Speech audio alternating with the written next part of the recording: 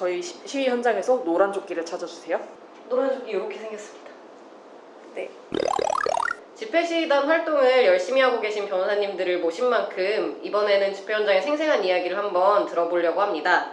집회 시위단 활동을 하면서 실제로 시민들의 집회 시위에 관한 권리가 침해될 수 있는 급박한 상황도 있었나요? 허자연 변호사님 어떠세요? 저희 행진 인원이 좀 잠깐 줄어들거나 할 경우에 경찰이 저희가 신고했던 것보다 은근히 차로를 좀 줄이려고 하는 그런 경우가 있었어요. 예를 들어서 저희가 한 3개 차로 정도의 신고를 했는데 은근슬쩍 2.5개 차로 정도로 줄이려고 하는 경우가 있었거든요. 그러면은 저는 2.5개 차로에 있던 고가를 살짝 이렇게 밀어서 3개 차로로 다시 복구시켜 놓곤 했습니다. 그런 일들이 기억이 나네요. 네. 행진 경로에 대한 충분한 공간을 확보하기 위한 허자연 변호사님의 노력이었습니다. 네, 이런 노력이 정말 필요합니다. 실제로 신고된 인원보다 사람들이 훨씬 많이 온 집회 같은 경우에는 행진할 때 선두는 도착해 있지만 후미는 빠져나가지도 못하는 상황들이 있어요. 그러면은 그 중간 사이가 사람들이 굉장히 빡빡하게 밀집되어 있기 때문에 안전상의 위험도 있습니다.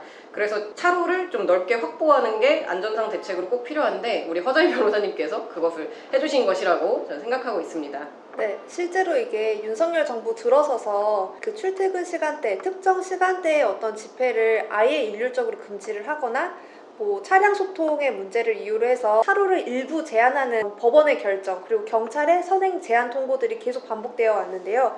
이번에도 계속 차로를 일부 제한을 해서 교통소통의 흐름을 확보해야 한다는 이유로 그 집회 행진이 원활하게 이제 진행되는 거를 막는 일들이 되게 계속 반복적으로 일어나고 있어요. 그래서 특히 집회 신고 범위보다 더 많은 시민들이 참가해서 더 많은 차로를 확보해야 되는 상황이 왔을 때 그거에 대해서 유동적으로 판단하고 현장에서 그러한 어떤 차로 확보에 대한 노력에 경찰이 호응해야 됨에도 불구하고 그게 잘 받아들여지지 않은 경우들이 있었거든요. 그래서 이 부분에 대해서도 분명 싸워 나가야 될 일이라고 생각합니다.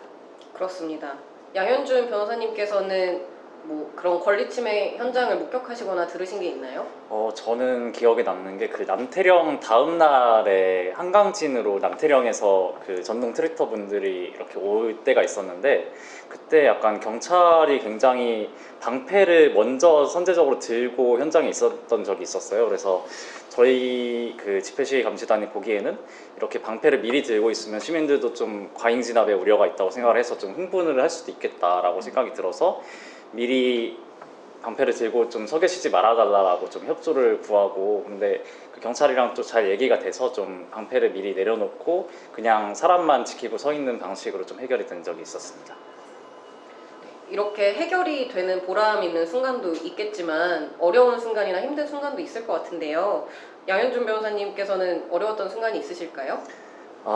네. 저는 사실 내란 당일에 감기 기운이 그때부터 생기기 시작했거든요. 그래서 좀 사람들이 많이 광장에 나가고 이럴 때 좀 많이 집안에서 요양을 하면서 답답했었고 그러다가 12월 7일에 그 처음 토요일 집회 감기 낫기 전에 가서 그날 또 그 탄핵 표결이 잘 안 돼서 좀 집회가 장기화가 되면서 좀 밖에서 좀 추위에 떨면서 좀 힘들었던 기억이 있습니다. 그러고 아무래도 좀 그 집회가 요즘엔 토요일도 좀 정례화 되다 보니까 좀 예전에는 주말 하면 이제 제가 또 내향형이라서 월화수목금 열심히 출근을 하고 나면 토요일에는 집안에서 좀 온전히 쉬고 일요일날 조금 뭐 사람도 만나고 막 이런 식으로 조정을 했었는데 요즘은 사실상 주말이 하루다 이렇게 돼서 좀 주말에 관념이 좀 바뀌는 느낌도 들고요. 그리고 아무래도 예전에 그 체포 국면 전까지는 평일에 집회도 굉장히 많고 평일 집회를 어디서 할 건지 장소도 계속 바뀌고 그런 그 장소에 따라서 되게 상황이 많이 달랐거든요. 여의도는 사람이 굉장히 많았었고 그리고 뭐 한강진이나 그런 용산 일대는 또 기존의 집회나 시위가 많았던 곳이 아니라서 좀 주민들이나 경찰도 예민한 부분도 있고 그래서 이런 다양한 상황에 대처하는 게 좀 어려웠습니다. 근데 실제로 지난 겨울 진짜 추웠잖아요. 너무 추운데 안 나갈 수가 없어.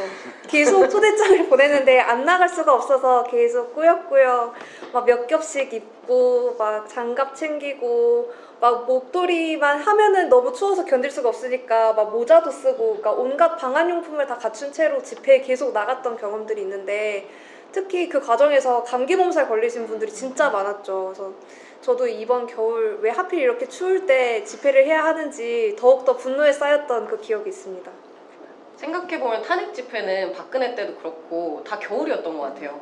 일부러 추울 때 나오지 말라고 이러는 건지 화가 나고 그렇네요. 허자인 변호사님께서는 거의 집회 개근이신데 힘든 점 없으신가요? 아무래도 겨울에 롱패딩이 없었으면 어떻게 저희가 이 겨울을 버텼을지 그런 생각이 많이 들어요. 그러다 보니까 집회에 대한 팁 같은 것이 조금씩 생각이 나더라고요. 내가 어떤 집회를 할 수 있는지 그런 것들을 조금 생각해 보아야 한다, 그런 생각이 들더라고요. 예를 들어서 나는 깃발을 잘 들 수 있는 사람이다, 깃발을 잘 흔들 수 있는 사람이다, 혹은 나는 철야를 할 수 있는 사람이다, 아니면 나는 글을 잘 써서 글을 퍼뜨릴 수 있는 사람이다, 이런 것들을 자기가 어떤 성향인지를 알고 진행을 하는 게 중요하더라고요. 예를 들어서 저는 철야도 해봤고 집회 개근도 해봤고 뭐 깃발도 들어봤고 카드뉴스도 만들어봤는데 저는 철야는 솔직히 좀 힘들더라고요. 그래서 앞으로는 철야는 안 하고 대신에 카드뉴스를 좀 만들고, 깃발은 솔직히 제가 키가 160인데 깃발 흔들기는 조금 힘들더라고요. 앞으로는 그냥 행진만 열심히 하도록 하려고 합니다. 행진하니까 생각나는 건데요. 그 탄핵 찬성 집회에 단두대가 많이 나왔었어요. 그쵸. 그 단두대 관련한 이야기도 한번 들려주시죠. 저는 단두대를 실제로 가까이서 보지는 못했는데요.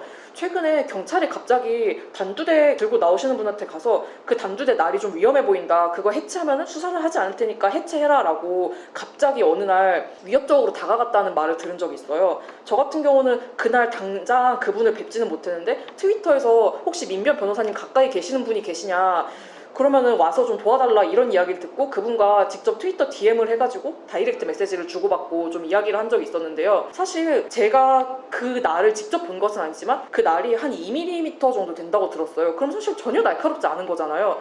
제가 생각했을 때는 그게 총포화약법에 대해서 도검이라고 보기 조금 어려울 것 같거든요. 그래서 경찰이 조금 과잉 수사를 한 것이 아닌가라는 생각은 드는데, 그분들은 그 이후로는 그냥 그런 쇠날 같은 것을 사용하지 않고, 날이라고 하긴 조금 어려운데요, 그것을 사용하지 않고 종이를 대신 사용하고 계시고, 대신 시민들과 함께 그 종이를 꾸미는 방식으로 이제 집회를 이어나가고 계신다고 하시더라고요. 단꾸네요. 단두대 꾸미기. 그쵸. 단고.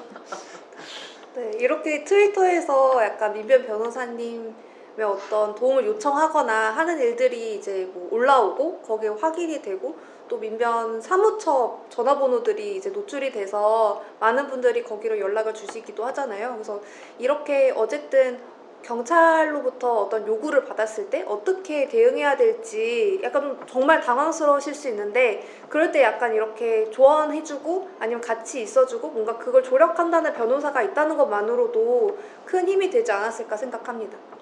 저희 시위 현장에서 노란 조끼를 찾아주세요. 되게 약간 이거 되게 노리시네요. 중간 인서트를 노리시는 허자의 변호사. 그러니까 노란 조끼를 찾아주세요. 노란 조끼 어떻게 생겼나요? 노란 조끼 이렇게 생겼습니다. 네. 앞면을 보여주시면 앞에 네. 민변 변호단이라고 써있고, 그리고 뒤에는 인권침해 감시 변호단. 네, 이라고 써 있습니다.